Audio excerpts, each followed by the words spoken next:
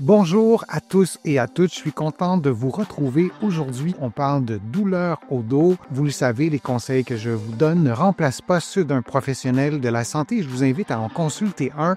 Vous allez trouver plusieurs des conseils, des exercices que je vous donne aujourd'hui dans mon livre « Plus jamais malade », mon approche globale pour un corps en santé, et on fera aussi des allusions à mon roman « Corps étranger » publié aux éditions Stanké. Le corps n'est pas fait pour être assis toute sa vie. L'idéal, c'est d'alterner les positions au cours de la journée, bouger régulièrement, changer d'appui, se lever ou s'étirer.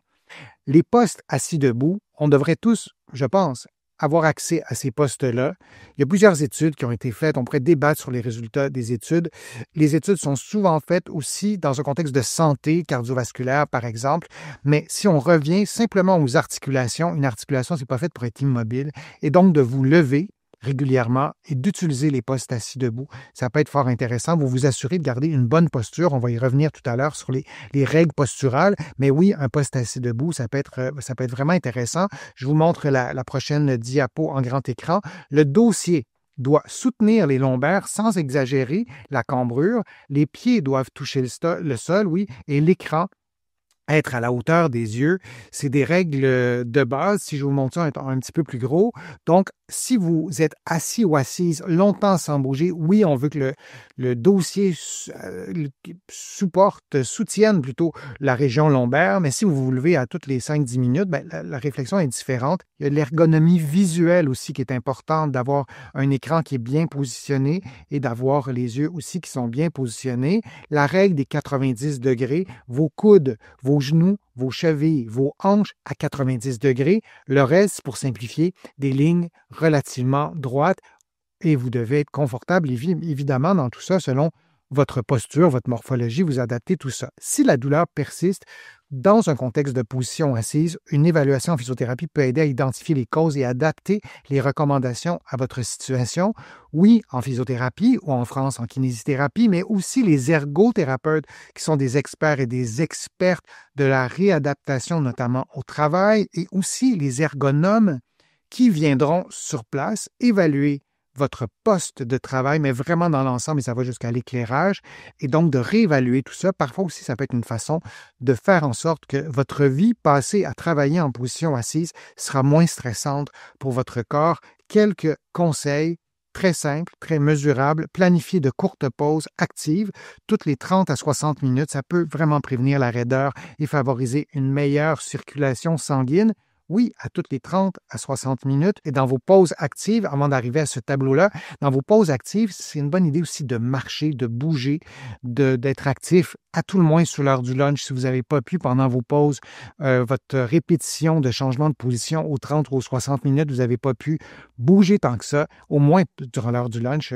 Moi, je vous recommande vraiment de faire une activité cardiovasculaire comme monter les escaliers, au moins 1 ou 2 étages. Essayez quelques mouvements simples en position debout ou assise, comme des extensions douces du dos ou des rotations du tronc ou des rotations des épaules. Tout ça, ça peut soulager les tensions accumulées. Vous voyez un exercice d'étirement, donc la personne reste, j'ai pris celui-là parce que la personne reste en position assise.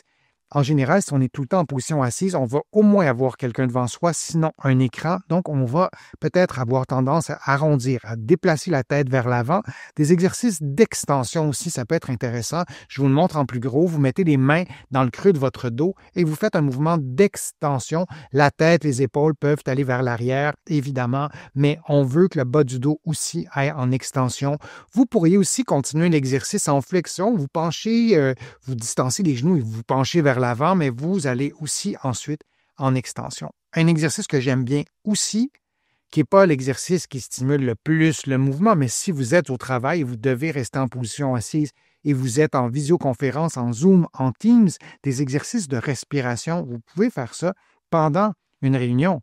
En plus, si un petit bout de la réunion, vous ne parlez pas, les mains sur le ventre, vous inspirez en gonflant le ventre. Je vous ai souvent présenté des exercices de respiration abdominale et vous laissez l'air sortir.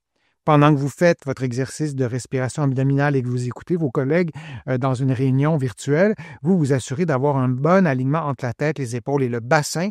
Et pendant l'exercice, vous vous allongez le plus possible en étant détendu et vous faites votre inspiration abdominale en gonflant le ventre et vous expirez, bouche ouverte ou pas, par le nez.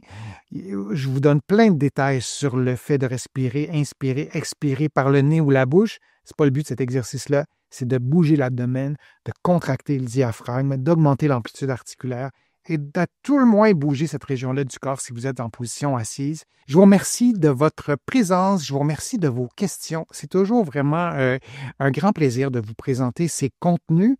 Vous allez trouver beaucoup d'informations sur mon site web, le www.denisfortier.ca. Vous pouvez vous abonner gratuitement à l'infolettre. Vous allez trouver aussi beaucoup d'informations dans mes livres, notamment Plus jamais malade, mon approche globale pour un corps en santé. Vous allez aussi trouver d'autres, tous mes livres en fait dans les librairies ici au Québec, au Canada, en librairie, mais aussi sur le web. Et vous allez trouver plusieurs de mes livres aussi en France et de l'autre côté de l'Atlantique, notamment mon livre Corps étranger, qui est un roman publié aux éditions Stanquet. Merci de votre intérêt, merci de vos contributions. Sans elles, vous le savez, je ne pourrais pas vous présenter autant de nouveaux contenus. Je suis Denis Fortier. Je vous dis à une prochaine fois. À bientôt.